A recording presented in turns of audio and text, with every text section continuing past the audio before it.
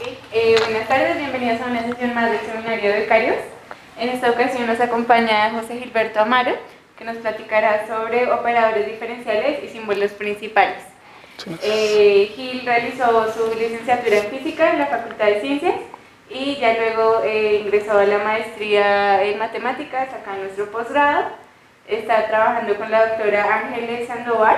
Exactamente. Y sus intereses están en el intermedio entre la física y la matemática, ¿verdad? Sí, un poquito. Gracias. Bueno, muchas gracias y buenas tardes por la invitación. Aquí no está el responsable de que yo esté aquí, pero se llama Inti, que queda registrado. Bueno, pues el tema de la plática de hoy es operadores. En principio era platicarles un poquito sobre operadores diferenciales y un concepto que está ligado o asociado a los operadores, que es el concepto de elipticidad.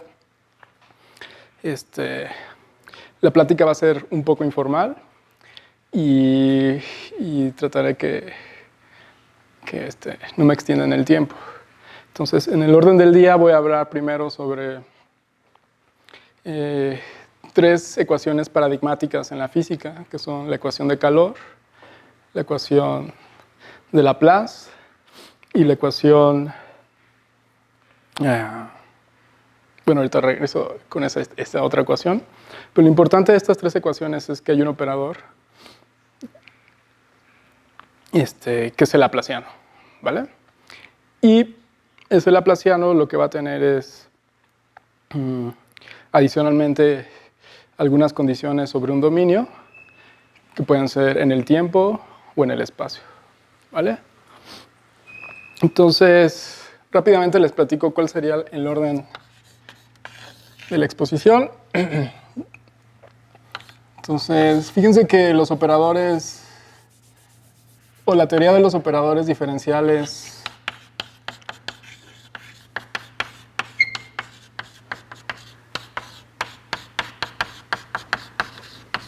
no voy a ahondar en ella,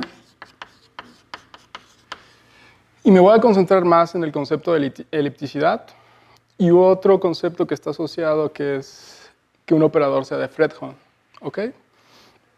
La idea es que más o menos exponga algunas de las técnicas que he aprendido, que aún me faltan por conocer, de cómo conjuntar dos áreas de las matemáticas.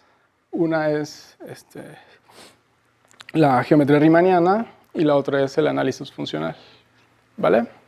Entonces, mucho tiene una motivación física, como les decía, es a partir del planteamiento de una ecuación diferencial con ciertas condiciones en la frontera. Y como la idea fundamental para resolver una ecuación es encontrar el espacio adecuado en donde se satisfaga esa ecuación diferencial, ¿ok? Entonces, para ello voy a comenzar con dos ejemplos paradigmáticos.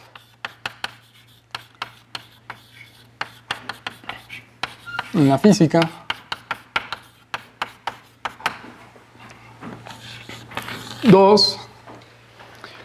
introduciré el concepto de espacio de Sobolev.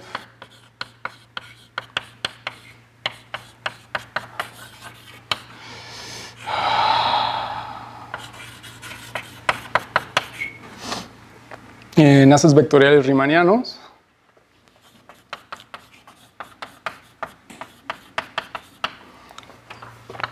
Tres, atenderé a la noción de elipticidad.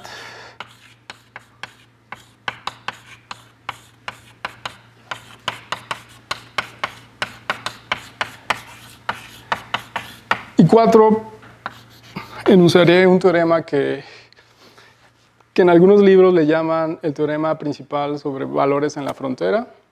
En este caso tampoco voy a definir exactamente qué es un problema con valores en la frontera. Pero bueno, entonces, este es como un teorema fundamental.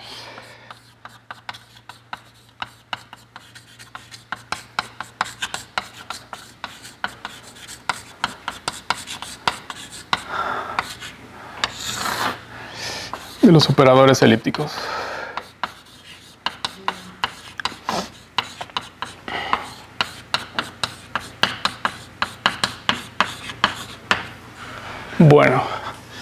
Entonces, les decía que, perdón, tenemos 2 o 3 ecuaciones fundamentales, ¿vale? Si yo tengo una función u que va de un dominio de R2 cruz un intervalo a los reales, puedo tener la ecuación de calor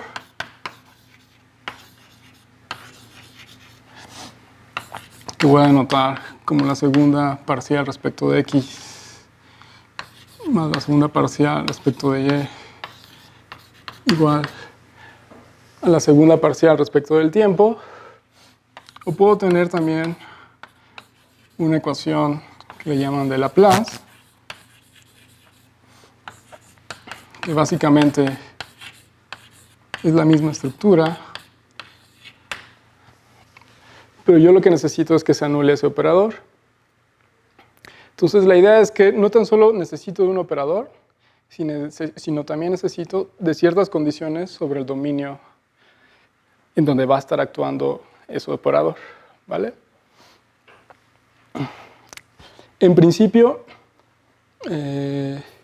si uno piensa, por ejemplo, en la ecuación de calor, uno trataría de modelar, por ejemplo, cómo se distribuye el calor en una región que puede ser circular, o en alguna región que puede ser cuadrada, o en cualquier región arbitraria. Pero uno debe de imponer ciertas condiciones en la frontera si es que quiere caracterizar físicamente lo que nos queremos preguntar, ¿vale? Si uno está pensando en cómo se distribuye el calor en un sartén, por ejemplo, que es circular, uno puede pedir que justamente en la frontera está aislado ese sartén, por ejemplo. ¿Cómo pides que esté aislado en ese sartén? Geométricamente hablando, matemáticamente hablando, puede ser de 2 distintos modos. ¿Ok? Entonces, por ejemplo, uno podría pedir que si yo tengo una frontera de una región omega en R2, puedo tomar un vector normal en esta frontera y pedir que la función respecto a ese vector que es normal a la frontera se anule, ¿vale? Eso lo que me está diciendo físicamente es que el calor no puede distribuirse más allá de esta frontera, ¿ok? Se está anulando justamente en la frontera. Bueno, ¿qué es lo importante o qué es lo que hemos aprendido un poco de las ecuaciones? En este caso de las ecuaciones diferenciales parciales, es que si uno inclusive cambia de geometría, el operador tiene una representación, ¿vale?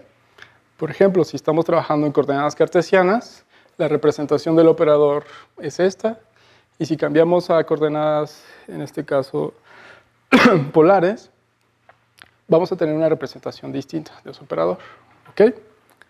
Entonces, hay 2 ingredientes principales. Uno es, ¿qué tan importante es la geometría donde está actuando el operador? Y la otra es encontrar los espacios adecuados en donde ese operador actúa, ¿ok? Y los espacios adecuados donde ese operador actúa generalmente son de 2 tipos. Los espacios de Hölder y los espacios de Sobolev, ¿vale? Bueno, entonces, en lo que sigue de la exposición voy a tratar de delimitar la teoría que necesito que me involucre geometría y análisis. Entonces, hay 2 aspectos. Un aspecto que yo le llamo el geométrico.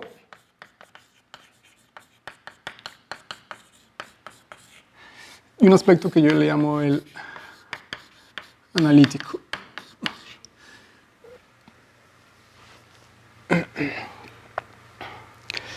Para el geométrico, lo que sí vamos a tener que necesitar es de apelar a nuestros espacios de Hölder y de Sobolev. Entonces, yo le llamo disfrazar a nuestras soluciones o a nuestras funciones, con un disfraz muy feo. con el peor disfraz que uno puede tener en las ecuaciones diferenciales, que son los espacios de Sobolev, pero quizás son los más adecuados, ¿vale? No quizás, sino son de los principales disfraces que necesitamos en las matemáticas de las ecuaciones parciales. Entonces, para ello voy a necesitar una serie de normas, una serie de clase de equivalencias de funciones y una serie de cerraduras, ¿vale? Entonces, voy a partir de lo siguiente. Me voy a olvidar un poquito de que estos operadores están actuando sobre este tipo de funciones y me voy a centrar en haces vectoriales riemannianos, ¿vale? En principio, lo que voy a solicitar es que esos haces vectoriales riemannianos estén basificados o estén basados sobre variedades compactas, conexas y sin frontera, ¿ok? Entonces, ¿qué es lo que necesito? MG va a ser una variedad riemanniana. En principio voy a solicitar que sea compacta, conexa y sin frontera.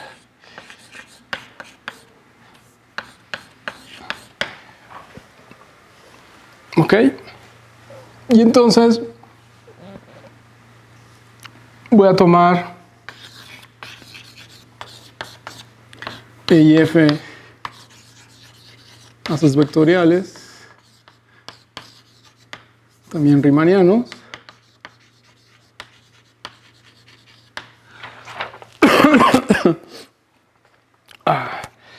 Y entonces voy a tener una métrica en la fibra E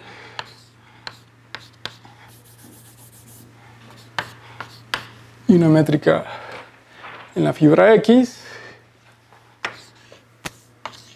ambos con base en M. Y también voy a tener una conexión, ¿vale? Una conexión en cada uno de los haces. En principio, voy a solicitar que esa conexión sea libre de torsión y que sea compatible con cada una de esas métricas en la fibra, ¿ok? Entonces, ¿qué es lo que voy a tener? Voy a agarrar U alfa con alfa un índice A, una cubierta abierta para M.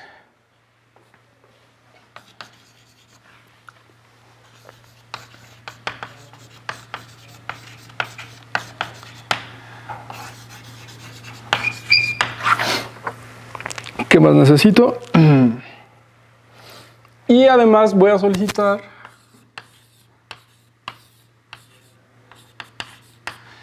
unas particiones de la unidad subordinadas a esa cubierta. ¿Ok? Bueno.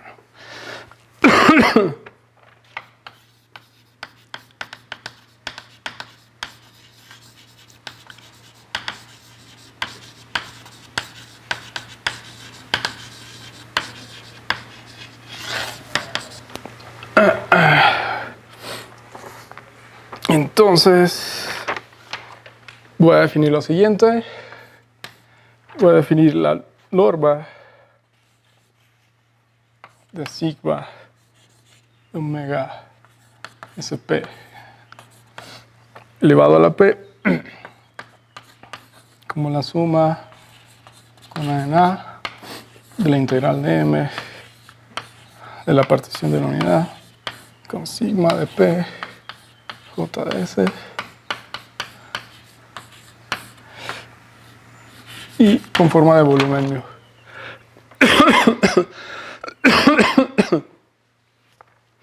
Sigma en este caso va a ser una sección de este haz.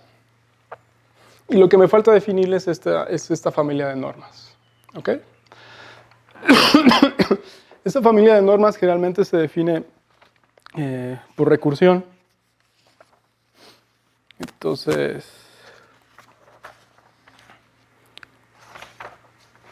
les digo exactamente cómo está definida. Entonces, omega en 0 por definición la sigma, en este caso en la fibra, y para S mayor o igual que 1 lo que tenemos es sigma de JS es igual a sigma omega de JS menos 1. En este caso es f de x más la suba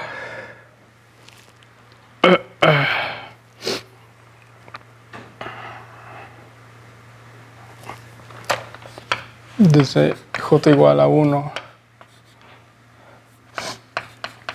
hasta n de la derivada covariante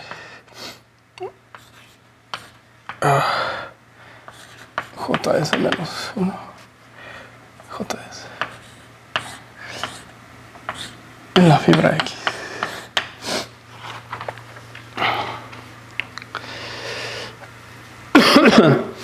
Esta es la conexión que estoy pidiendo que exista, que sea libre de torsión y compatible con la métrica.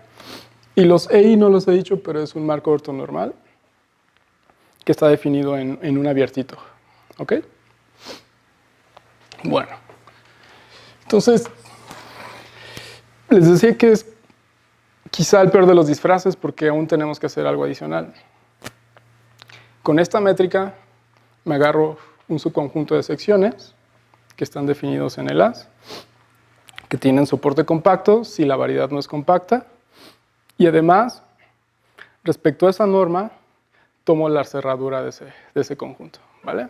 Entonces, cuando yo completo ese conjunto respecto a esa norma, es a lo que yo le llamo la clase de Sobolev S, P, ¿vale? De los ejemplos que voy a estar utilizando, va a ser un as muy particular, y es el as exterior, ¿ok? En el as exterior hay 2 o 3 operadores que nos importan mucho, que es la derivada exterior, la codiferencial, y una que es composición de ambas, que es el operador de Laplace de RAM, o Laplace-Beltrami, ¿ok? ¿Para qué necesitas que la función sea libre de torsión? Bueno, en este caso, en la definición,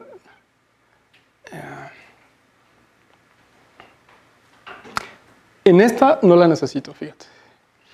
Lo que sí voy a pedir es que si estoy trabajando en un as vectorial que surge a partir del as exterior, o más bien, el as exterior va a tener una conexión, y esa conexión va a ser inducida por la conexión en M, que esa sí es de Levi-Civita, ¿vale?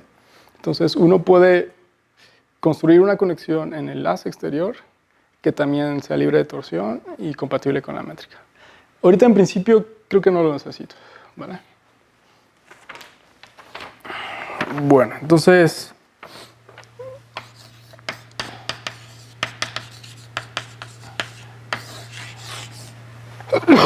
el ejemplo es el siguiente. No platiqué de quién es la dimensión, pero M va a tener dimensión n. Esta también va a ser compacta y sin frontera. Y el as que me voy a tomar es el as exterior.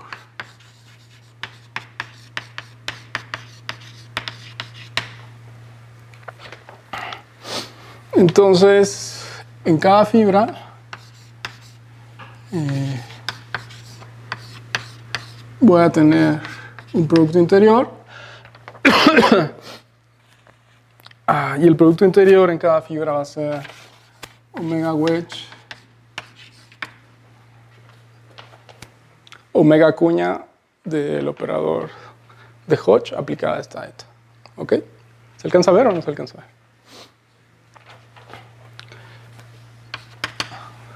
Si ahora me tomo las secciones de este haz,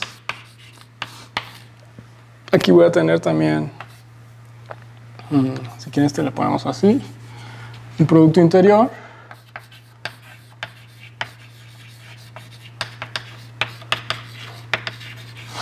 Y este producto interior, que si lo voy a distinguir desde arriba, va a estar definido como la integral sobre m de omega cuña Hodge de eta. Y básicamente hay que copiar esta receta, ¿vale? La idea es que yo voy a generar una familia de normas que estoy definiendo recursivamente, que son estas. Voy a tomar una partición de la unidad subordinada a una cubierta abierta de la variedad M. Y entonces voy a definir la norma en ese haz, o más bien en las secciones del haz exterior, de manera análoga aquí, ¿vale?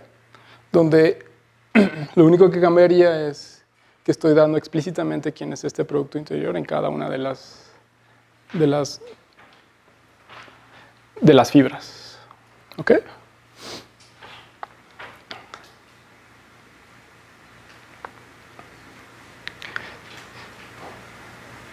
¿Qué más necesito? Bueno. Entonces, como les decía, hay dos empresas importantes. Uno es unas condiciones geométricas sobre el dominio de los operadores, y la otra es encontrar el espacio adecuado de soluciones de esos operadores. ¿Ok? Algo interesante que ocurre a veces en física es que planteamos ecuaciones sin conocer exactamente cómo describir esos espacios adecuadamente, ¿vale? Una de las técnicas que sí podemos conocer en matemáticas es que, a pesar de que no podemos decir explícitamente cómo es cada una de las soluciones, sí podemos otorgar cierta estructura a ese espacio de soluciones, ¿no? Por ejemplo, si tenemos dos soluciones y el operador es lineal, cuando abrimos, una combinación lineal de dos soluciones sigue siendo una solución, ¿vale? Y entonces vamos a poner condiciones adicionales sobre el espacio de soluciones, aun cuando no sepamos exactamente cómo son las soluciones, ¿no? Entonces vamos a dotar como de cierta estructura a nuestro espacio de soluciones, sin aún conocer, sin algún conocerlas, ¿no? En particular. Eso es muchas veces como operamos en física y en matemáticas. Entonces, para eso, les quiero platicar de lo siguiente.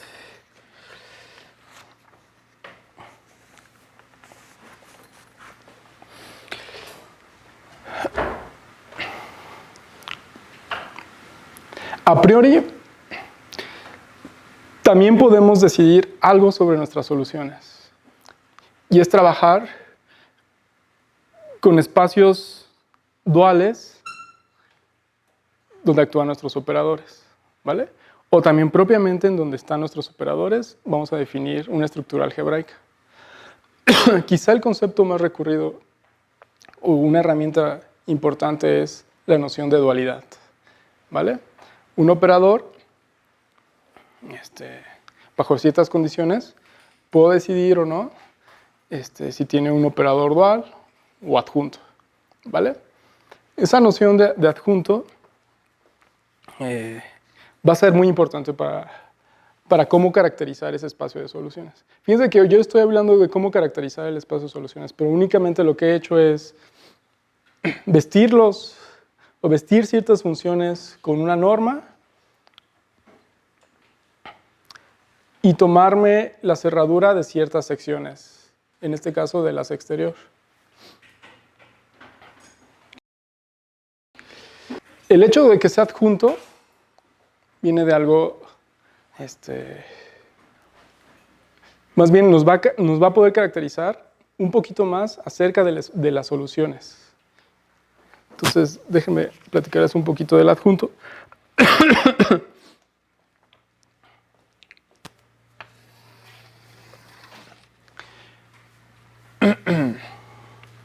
La idea es que yo puedo tener un operador que llamo diferencial. No he descrito exactamente quiénes son esos operadores diferenciales, pero básicamente lo que a uno le interesa es que cuando expresemos localmente a tenga una forma muy particular. Y la forma que necesitamos apelar es que sea una combinación lineal de funciones que dependan del espacio o del punto, que sea una combinación, y además el producto de derivadas de orden superior, ¿vale? Ese concepto me parece que Inti ya alguna vez platicó de ellos, y entonces, ¿qué es la notación de multiíndices, no? O sea, si yo tengo dos vectorcitos, uno que vive en el dominio y uno que es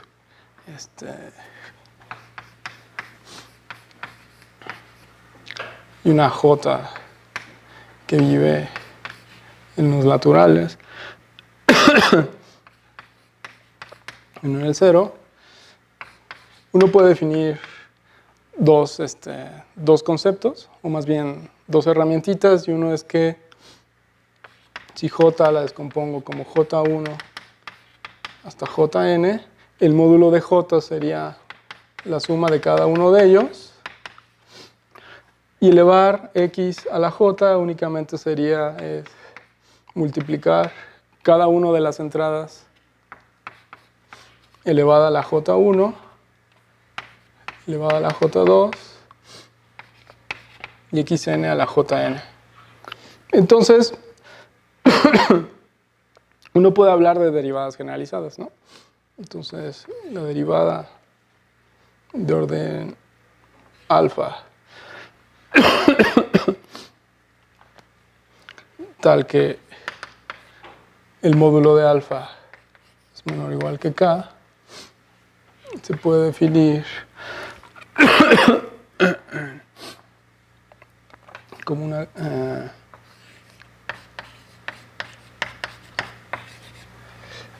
alfa de x parcial.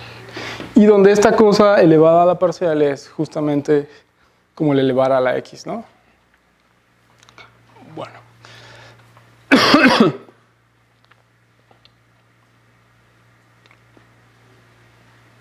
Entonces yo tengo un operador que digo que es diferencial, cuya expresión local tiene una expresión más o menos similar a esto.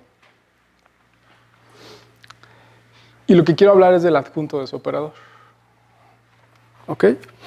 Entonces, en N2,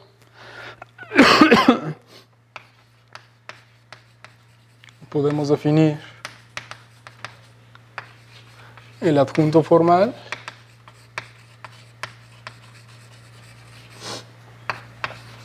como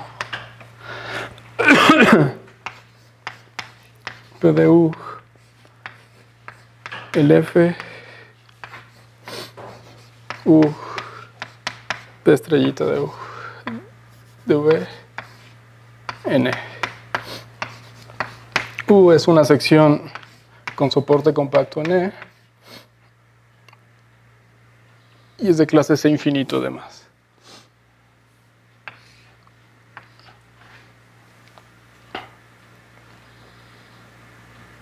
¿Ok?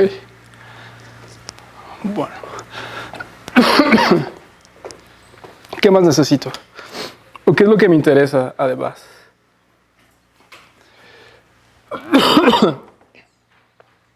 Y quizá ahora pasaría a la noción de elipticidad. Y la noción de elipticidad lo que me va a hacer es, de esa familia de operadores diferenciales, voy a mandarle a otro espacio. Y quizá una de las herramientas que más se utilizan en ecuaciones diferenciales definidas en un abierto en Rn es usar la transformada de Fourier, ¿vale? Y la transformada de Fourier inclusive la pueden generalizar al espacio de las distribuciones. Aquí, el símbolo principal de un operador es quien me va a capturar como esa regla de transferencia, o ese operador que me va a transformar algo que está operando sobre una sección, algo que es un polinomio complejo, ¿vale? Y hay dos nociones del símbolo principal. Una es trabajando con la expresión local del operador diferencial y la otra es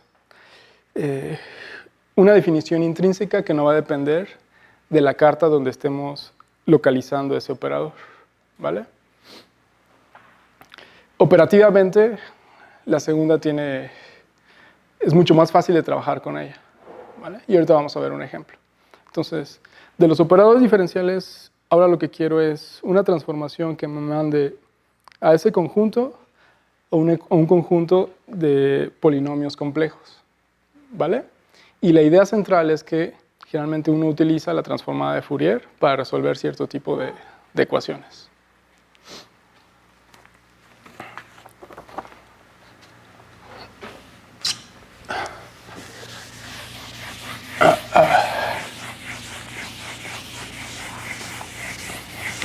Entonces, yo diría que la noción de elipticidad, la de operador elíptico, que está subordinada al concepto de símbolo principal de un operador diferencial lineal, es lo que yo llamo la parte analítica. Es la parte analítica que necesitamos para caracterizar bien el conjunto de los espacios solución, ¿vale? La geometría, mucho la estamos metiendo en esto, en cómo definimos los espacios de Sobolev. Pero la elipticidad inclusive no tiene que ver si estamos vistiendo o no a nuestras secciones con el vestido de Sobolev o con el disfraz de Sobolev, ¿vale? Es independiente. Entonces, si yo tengo un operador U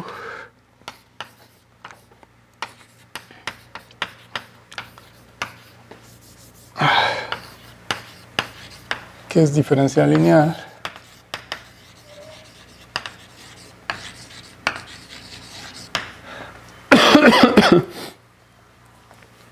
yo puedo definir a lo que le llaman el símbolo principal de P, que depende de la variable psi,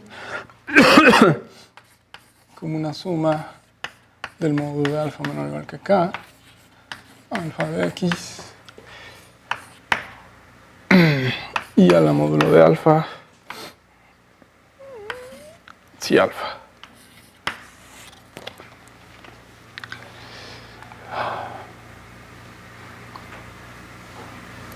¿Ok? Entonces lo único que estamos haciendo es intercambiando la diferenciabilidad alfa de este operador por una expresión que nada más es un polinomio al alfa. O sea, este es una eneada elevada al alfa y con estos coeficientes, que son funciones que dependen del espacio, multiplicados por i al módulo de alfa, ¿vale? Bueno, obviamente esta depende del abierto que me esté tomando para localizar el operador, pero lo que uno puede demostrar es que efectivamente esa dependencia no es tal, ¿no? O sea, que si yo cambio de abierto, va a ser independiente el símbolo principal. Mentira. Sí. Sí, mentira, exactamente.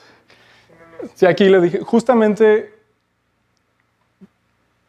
el símbolo es este, y esta sí depende de la carta, y el principal es justamente cuando le pega a la K, que es el que es independiente de la carta que yo elija. Gracias. Entonces, hay una definición alternativa, que es intrínseca, y es la siguiente. La idea es que yo tengo Mn compacta, conexa, compacta y conexa, si un elemento del TM, una función phi suave en M, tal que la diferencial de phi en X es justamente esa forma. Y entonces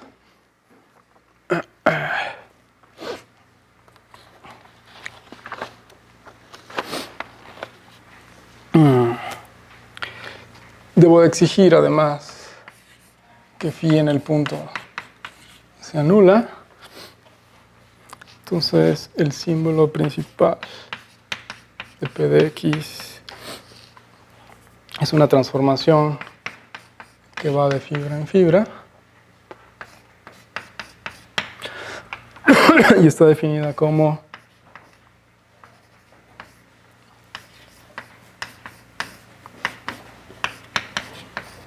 y a la K entre el K factorial del operador actuando phi por 1x.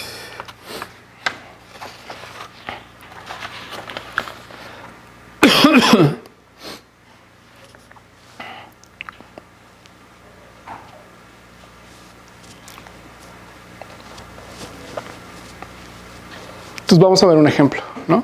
En este caso voy a tomarme el asa exterior y la derivada exterior.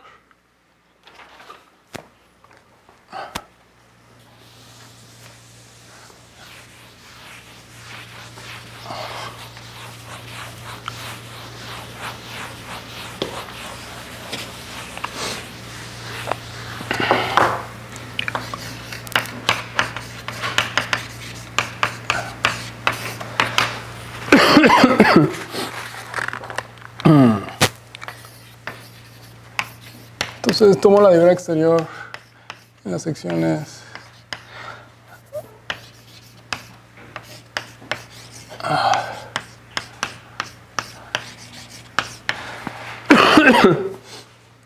tomo phi de clases infinito en M, tal que en el punto se anula, y alfa una K forma. Y entonces ahora lo que tengo que hacer es derivar exteriormente a phi con alfa. Y esta por definición sería la diferencial de I wedge alfa más phi la diferencial de alfa. Entonces, nunca he hablado de quién es esta K, pero esta capa es el orden del operador. En este caso, la derivada exterior es de orden 1. ¿Ok? Entonces, el coeficiente que va aquí es I.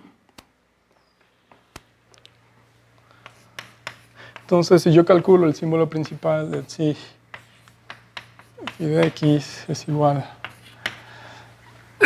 ahí, tengo que evaluar en X, pero yo pido por hipótesis que phi en X vale 0, entonces este término se me va a morir. Y entonces lo que me queda es que psi wedge de alfa, ¿no? Porque también había pedido que la diferencial de esa phi me dé esa 1 forma, ¿no? Bueno. Y entonces uno puede hacer este tipo de cálculos en el asa exterior con un operador que podríamos decir que es su dual, que es la codiferencial. Y componiendo ambas y sumándolas, podemos definir el operador de Laplace de RAM y también calcular los símbolos principales o el símbolo principal de cada uno de ellos. ¿Okay? Entonces, operativamente resulta muy fácil porque el laplaciano escribirlo en coordenadas locales puede ser un poco engorroso, ¿no? Puede serlo. Y aquí no hay necesidad de hacer ninguna expresión local de los operadores. Bueno. Entonces, Ahora lo que les quiero comentar es la definición de que un operador diferencial lineal sea elíptico, ¿vale? La importancia de los operadores diferenciales elípticos es lo que yo llamo el teorema fundamental para los operadores elípticos, porque a priori me van a dar una serie de estimaciones con las normas que yo he definido en los Hölder o en los Sobolev, ¿vale? Y esa prioricidad, ya no voy a poder platicarles de ellos, pero es muy importante porque uno puede hacer la descomposición del espacio de soluciones y una descomposición del estilo de Hodge, ¿vale? Entonces, definición.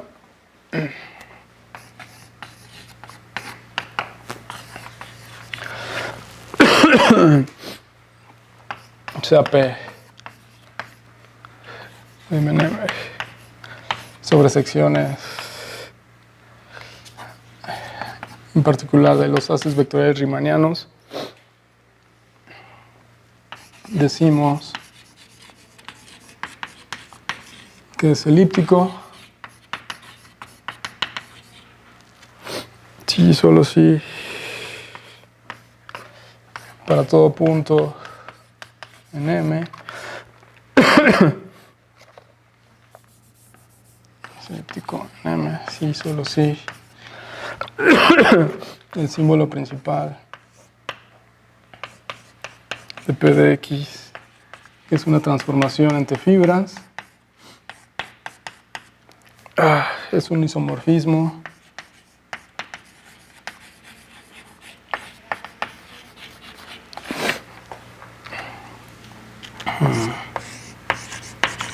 para toda si en el asco tangente menos el cero. Entonces, punto a punto yo calculo el símbolo principal de este operador y veo si esto me resulta ser un isomorfismo entre estos dos fibras, entonces puedo decir que es elíptico. Bueno.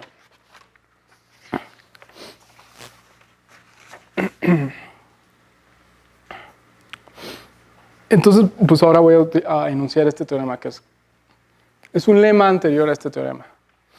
Y lo que me va a decir ese lema es que yo puedo estimar las normas de ciertas secciones con distintas clases de Sobolev, ¿vale? Con ciertas normas de distintas clases, actuando el operador sobre una sección. Es decir,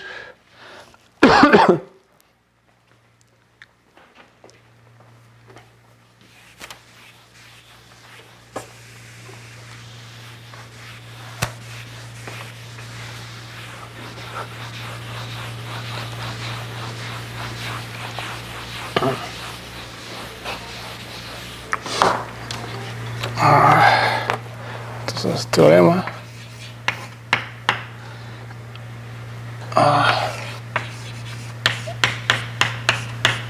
Tengo dos haces vectoriales riemannianos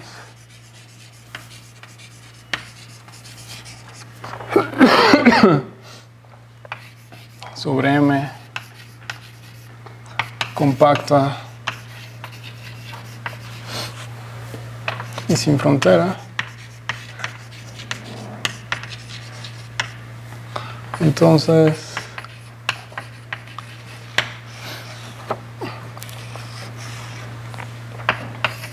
si yo tengo un operador que va de las secciones de a las secciones de F,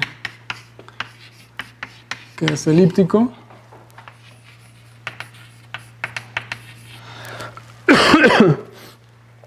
existen constantes C1 hasta C6, tales que A, esta le llaman aproximación de Schauder,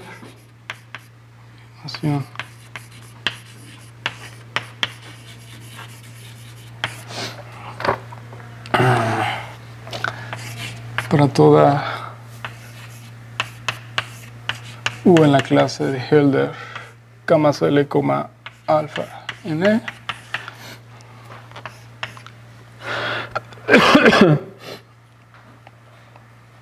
El módulo de omega con la norma K más L como alfa es menor o igual que C1 con P actuando en U con la norma L más alfa más C2 la norma de U en la clase de Hölder C menos C3 la norma de U K más L más alfa. Y B, que le llaman estimación LP,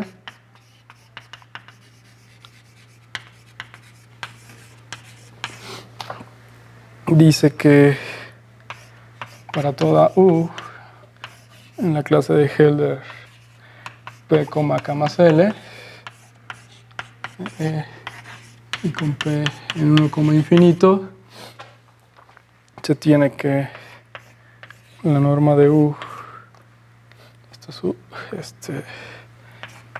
de P K más L es menor o igual que la constante C4 del operador en la norma P, L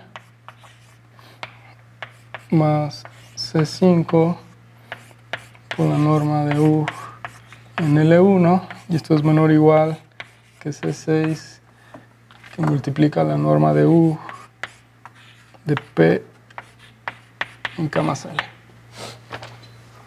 Bueno, este es un lema súper técnico o es un teorema súper técnico, pero por increíble que parezca, este teorema tan técnico sí es un ingrediente principal para hacer una descomposición, por ejemplo, de las formas diferenciales.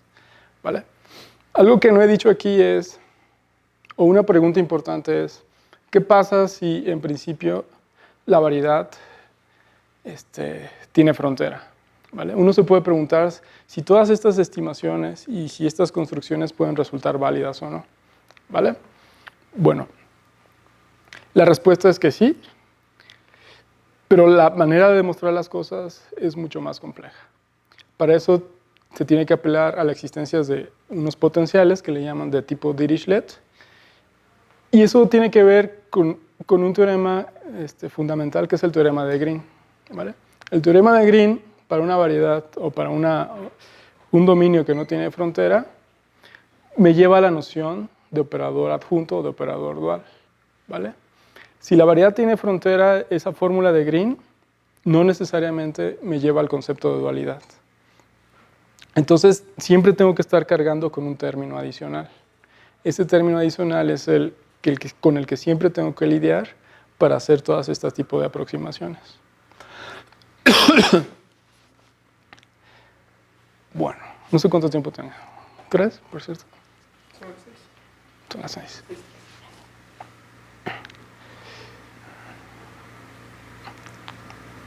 Y entonces, la siguiente pregunta. Yo sé que clásicamente he construido, gracias, los espacios de Sobolev en abiertos de Rn, ¿no? Me meto con las distribuciones, con Fourier sobre distribuciones, y tengo unos lemas de encajes, ¿vale? Tengo unos lemas que le llaman de Meyer-Serrin, unas aproximaciones, y entonces uno se vuelve a preguntar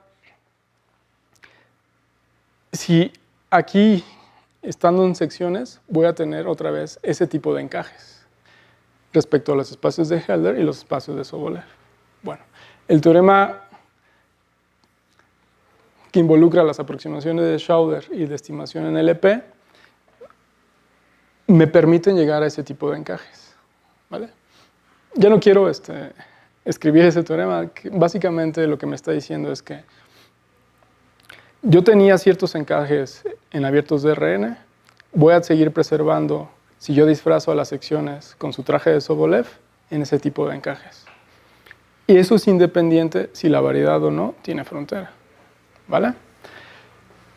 Bueno, ya no me va a dar tiempo, pero este teorema principal, que es el el fundamental para los operadores elípticos, me va a llevar a que yo pueda hacer la descomposición de las formas diferenciales.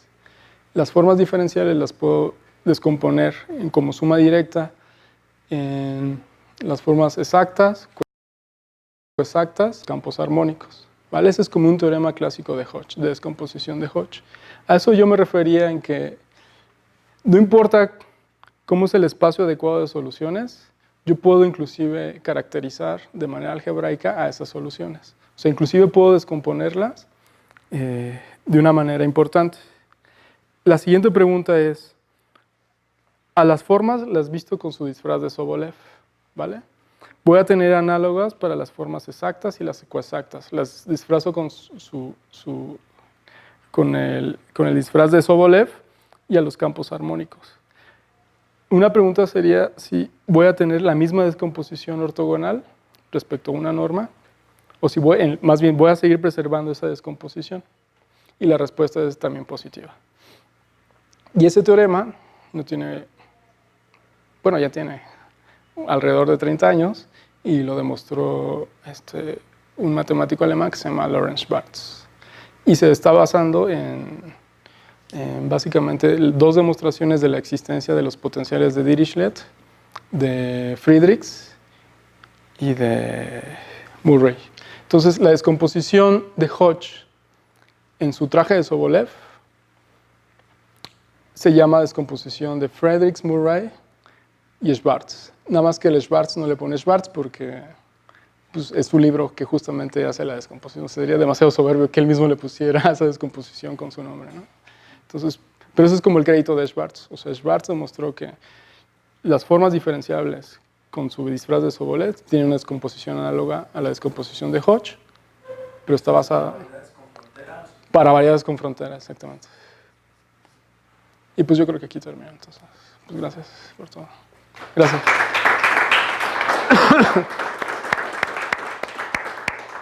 Y quemen ese video.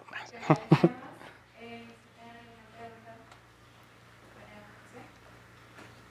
qué es importante tener esta clase de descomposición?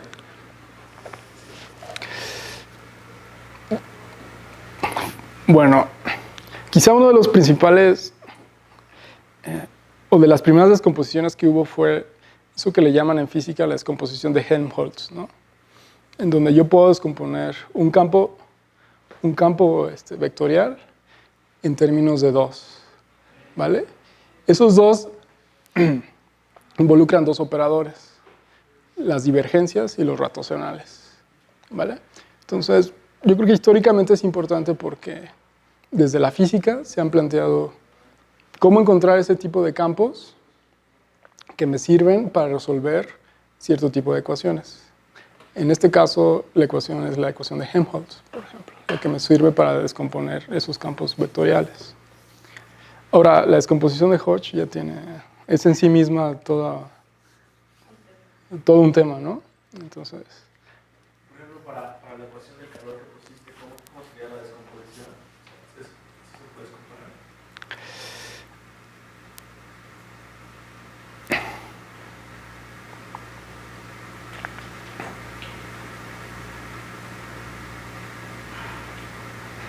pues en principio sí.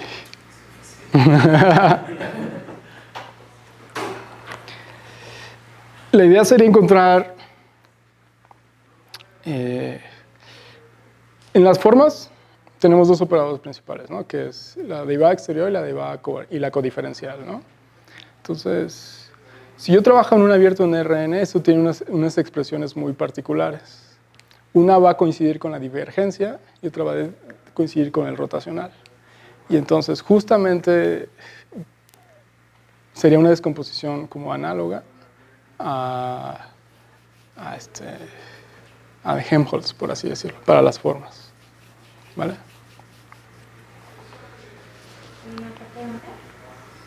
Oye, y sabes o sea, el teorema, ¿cómo? De Hodge, ajá. Ajá, pues otra manera de interpretarlo es decir que cualquier clase de cohomología tiene un único representante armónico. Ah, exactamente.